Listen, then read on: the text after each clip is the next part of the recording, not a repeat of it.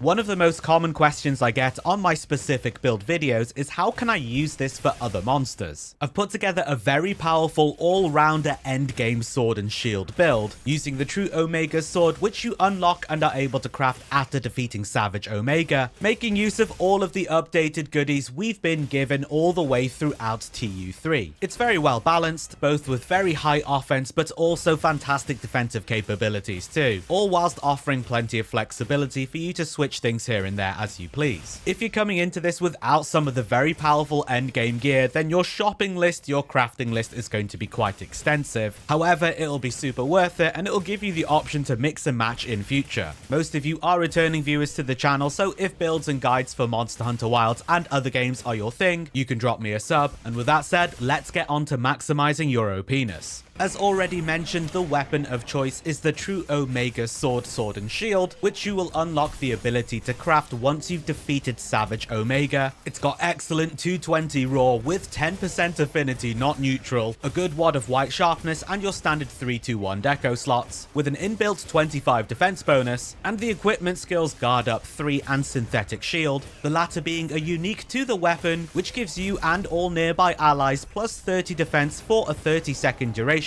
upon successfully landing a perfect guard, which can be refreshed upon landing another. It's a really good SNS. For the decorations, we're going for a Guardian Iron Wall 3 for 3 offensive guard and 1 guard, an Attack Jewel 2 and Attack Jewel 1 for 3 levels of attack boost. If you want to go slightly more defensive, you can take an Iron Wall Jewel 2 to get the maximum levels of guard out. Take whatever you want for your secondary weapon. I've got the Binder Mace Hammer over here, as the build is going to be very flexible and versatile for pretty much any weapon that makes use of maximum might, so you can apply these principles broadly across other weapons. On the helm, we're using the Lagiacrus Helm Beta, which comes with 2 levels of maximum might, an excellent 3-2-1 deco slots which we'll be taking full advantage of, slotting in a Challenger Jewel for 1 level of Agitator, a Counter Jewel for a level of Counter Strike, and a Shockproof Jewel to give us Shock Absorber for multiplier, kicking things off nicely. On the chest, we'll be using the most recent addition, the Udra Maya Male Gamma from Arch-Tempered New Udra. It comes with 2 levels of Counter Strike and 2 level 3 deco slots, a very powerful, very efficient piece, in which we'll put in a Challenger Jewel for another level of Agitator and a Tenderizer Jewel for a level of Weakness Exploit. On the arms, we're using the Ray Sand Braces Gamma. It comes with 2 Evade Extender and 2 level 3 deco slots as well, another very good, very efficient piece. We'll take advantage of those by Rage Baiting with 2 Challenger Jewels for 2 levels of Agitator. On the waist, we'll be using the Lagiacrus Coil Beta. It comes with 1 Weakness Exploit and 1 Maximum Might, alongside a couple of level 2 and a single level 1 slot.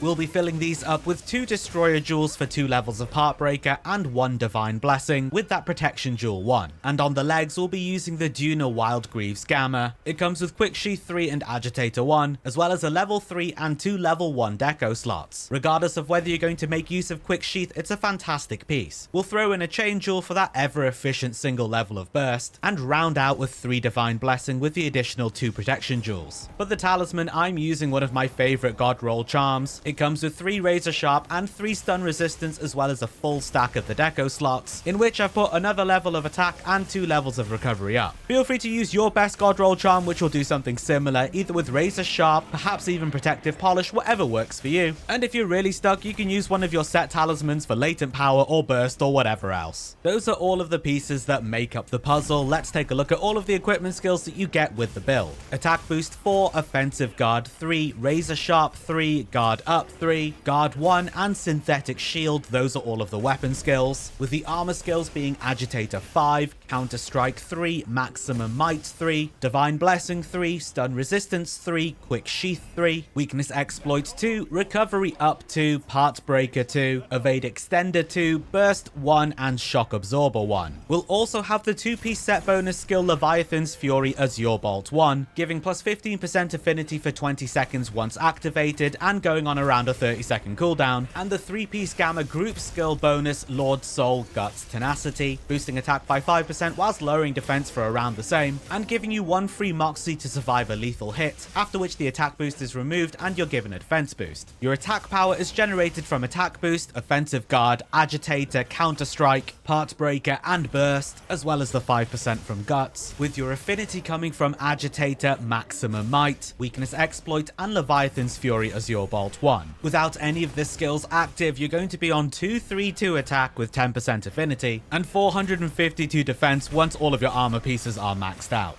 In order to get the most out of this build, you're going to want to get as many perfect guards as possible, which will not only proc your offensive guard, giving you a massive 15% increase to your attack, but it will also activate your synthetic shield, giving you and all of your nearby allies plus 30 defense, which on top of your inbuilt defense bonus on the sword is just going to make you even tankier. You're going to want to preserve your maximum stamina as much as possible, so that you can have as much maximum might uptime as possible, giving you a flat permanent 30% increase to affinity, which will only go when you dip below your stamina for a few seconds. In this case, Counter Strike will act as a fantastic failsafe. If you do get knocked back, you get a massive bonus to your attack. At level 3, that's 25 attack for 45 seconds. Not that you need the skill for you to should be doing this anyway, but you'll also gain that additional affinity by going for weak points because of your weakness exploit, and go out of the way to go for the wounds, since your 2 levels of Heartbreaker is going to make it much more powerful. Your 3 levels of Divine Blessing, your 3 stun resistance, and your 2 recovery up give you that extra peace of mind, as well as your 2 evade extended to avoid dangerous situations easier. For those of you who may not be all that familiar with the sword and shield, it is an absolutely fantastic weapon. Here are some core tips you can utilize to really get the most out of it. Well, for sword and shield, you're going to first do a full combo string, which could be 4 triangles or